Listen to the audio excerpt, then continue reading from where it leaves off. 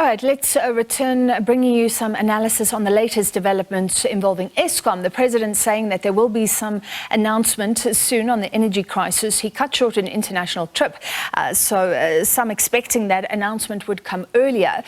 We know there has been a flurry of activity. Public Enterprises Minister Pravin Gordhan saying earlier that there would be a reconstitution and a reconstruction of the Eskom board. Then more recently, we heard that Busi Mavuso has resigned from the board, so an already small board is now even smaller. And the Eskom CEO essentially saying that load shedding stage 15, rolling blackouts at an incredible level that we haven't seen yet, and he doesn't even know what that looks like, is possible.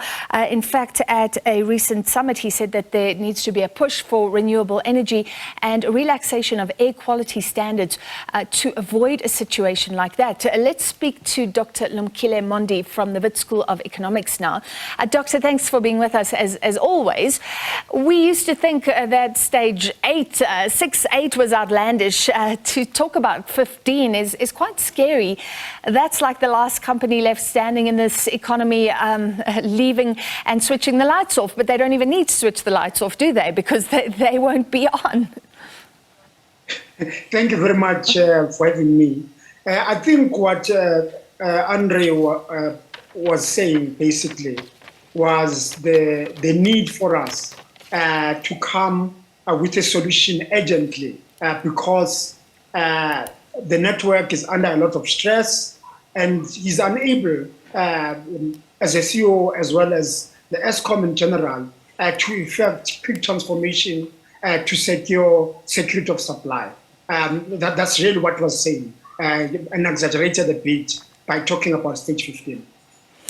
He warned that stage 15 was possible, but it could be avoided if we do this renewable energy push.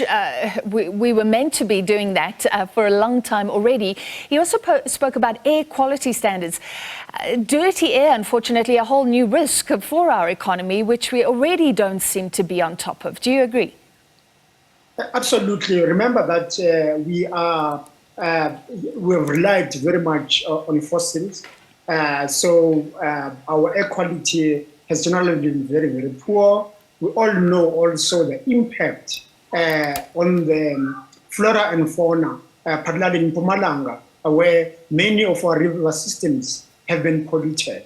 But therefore, it means that we have to think about new ways looking forward, given that it's not only about climate change, it's also broadly about environment. I've just spoken about water as well as the flora and fauna there, specifically many of the frogs and other species that survive in fresh water, which has been decimated because of the problems around reliance on fossil fuel and the water thereof.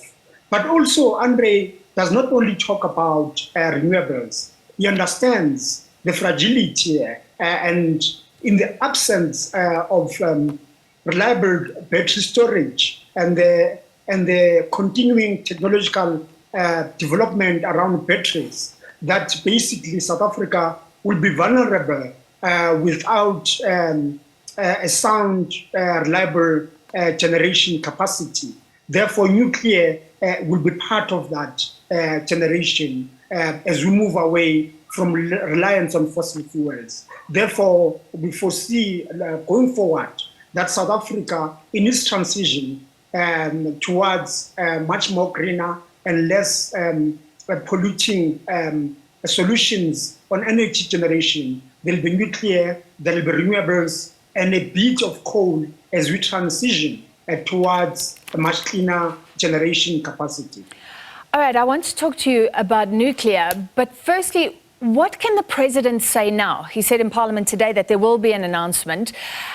Already earlier, there was an attempt to open up the renewable energy space to the private sector, and he said that all the red tape would be cut, all the legal obstacles would be removed, but we know that it takes up to 2 years for those projects to come on board. It seemed then like we needed something really urgent and really big. Now we need something more urgent and bigger. What can government do? Not very little that government can do. We all know that our president is a communication specialist and a charmer with very little in terms of delivery and being effective. So that is usual speak where he talks and uses good words. However, when it comes to delivering solution, he's been caught wanting. So it's going to be another announcement.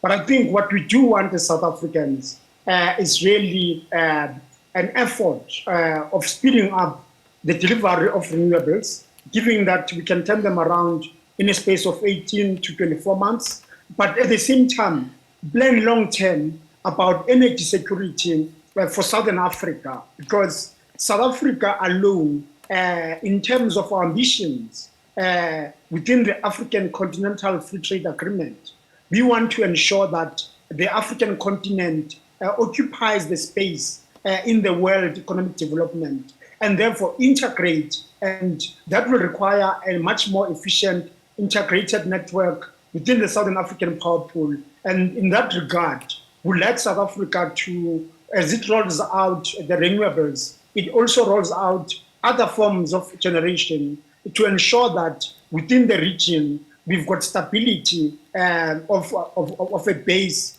that's able to withstand any climate change. And in doing so, we push towards structural change within the region, as the region still becomes a huge opportunity for South African industry as we integrate within the African Free Continental Trade Area.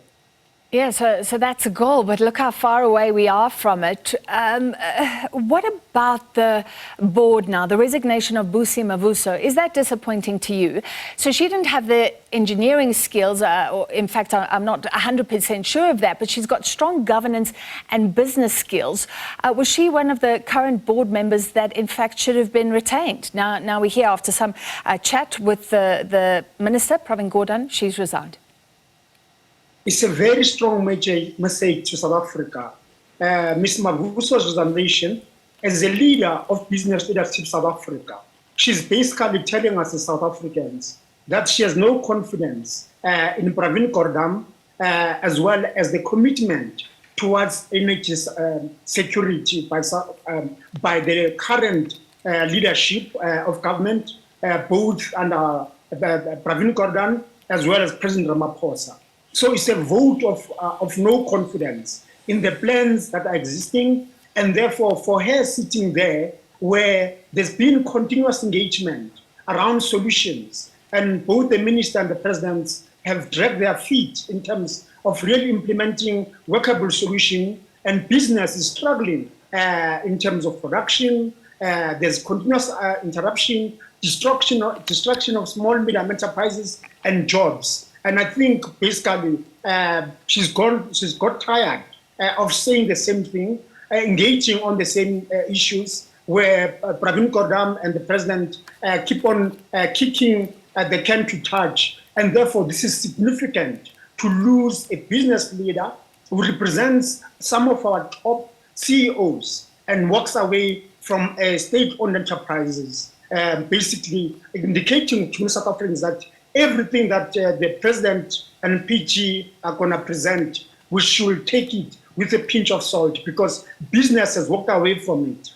This is a very, very strong message to us and South Africa at large, that these plans that are going to be announced may not see the day, given that it's taken over 15 years for us to resolve a situation which shouldn't have taken us that long, given the fact that now we're destroying our infrastructure, we're destroying our economy, we're destroying jobs, we're destroying the future of our grandchildren and our great-grandchildren. It is a very sad moment for South Africa.